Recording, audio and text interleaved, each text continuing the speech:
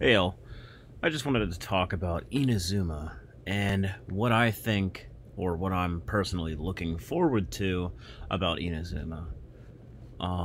Obviously, it's going to be based off of Japan and its history. Um, at least I'm assuming it's going to be like that. So I'm hoping for more bosses like Magu Kenki. Honestly, I would really love to see yokai or onis, um, things from like Japanese mythology just roaming around in Inazuma. I think that would be so cool.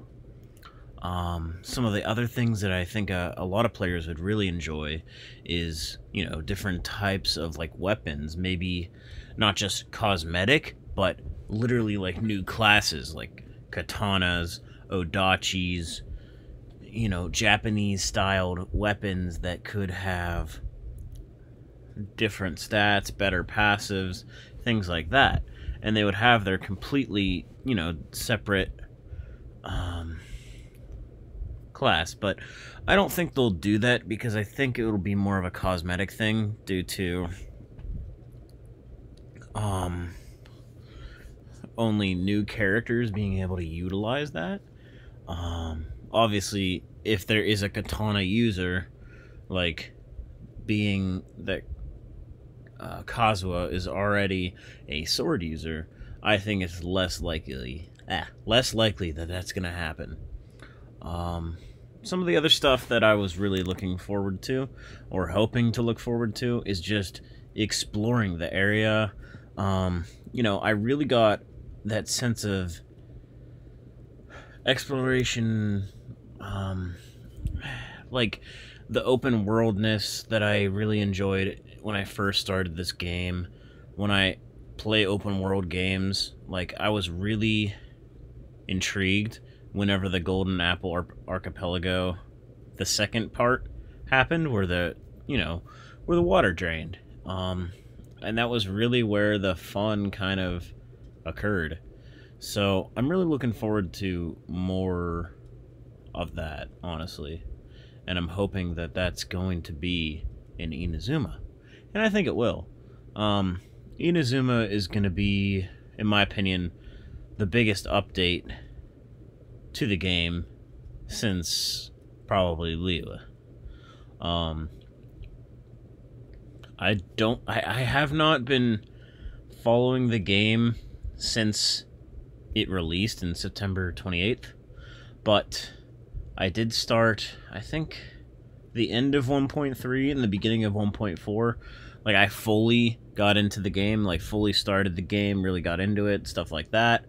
But I had downloaded the game way before,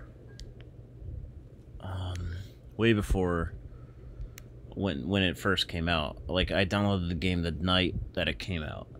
And, which would explain my decently low UID number. But yeah, I'm just hoping for a new region to explore, new quests, new bosses. I think this is going to be, honestly, where we're going to finally meet like Scaramouche more often. He was in one of the updates. I think it was 1.1, so I missed it personally. But I watched some videos on it, and it looked pretty dang cool. He's definitely a character I'm looking forward to. I'm curious what, like, is he gonna be like a Ronin style character? I think that would be super cool. Maybe he'd be like a healer. Who knows? Like, in my opinion, that would be pretty dope. The other things I'm thinking of is Ayaka. I think she's gonna be way more powerful than most people think. Obviously, I'm just theorizing because I try to avoid the leaks as much as possible, but it can be difficult, especially watching so much Genshin content on YouTube. You can almost never completely avoid the leaked side of things. And it's unfortunate, especially for people that like to avoid that kind of stuff. Which I do like to avoid it. I mean, it's just really hard.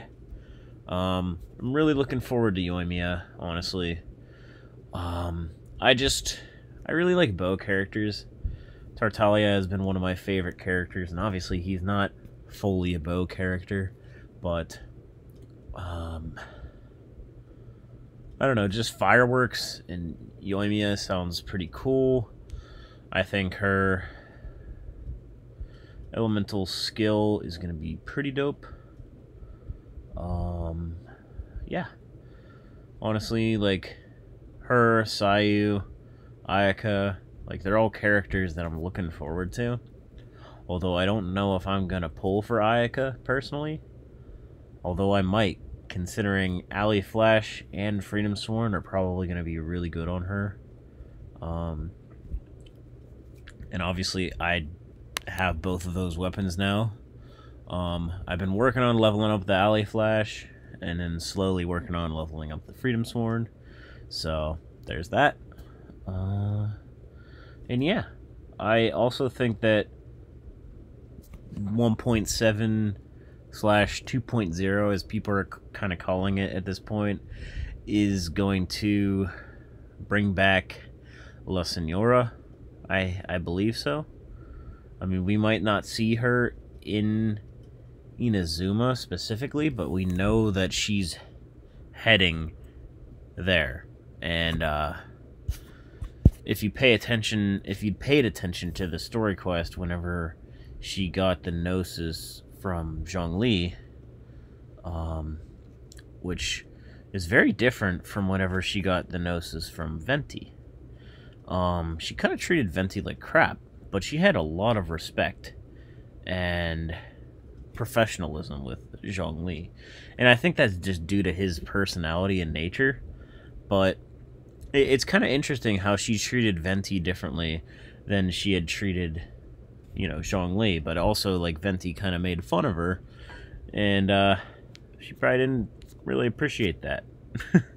So, anyway, I'm really looking forward to her as well. We all know that she's a, you know, cryo catalyst user, because that's what she was doing in the story quest in the prologue, the end of Act 3, I believe. And maybe that'll finally get some use out of the Frostbearer catalyst that I feel like is completely pointless right now because there's no cryo catalyst users. And the only unfortunate thing, obviously, is that icicle that drops, it does physical attack damage. It makes no sense to me. I hope that they change that, but obviously they're not going to, because the Dragonspine Spear is the same deal. So, Dragonspine Spear is actually decent for Rosaria, I guess, just because that icicle is physical, and she can be built as a physical character. So, I don't have that weapon on her. I went for the Crescent Pike route until I can obviously manage to get the Primordial Jade Winged Spear, which I really wanted that weapon ever since it came out. That weapon has been on my radar since I really got into the game. So, yeah, I think that's pretty much all I have to say. I'm really looking forward to Inazuma. I hope that we're going to get a stream on Friday. I'm sure that they are going to, you know, make a few tweets about it to hype up the stream and whatnot.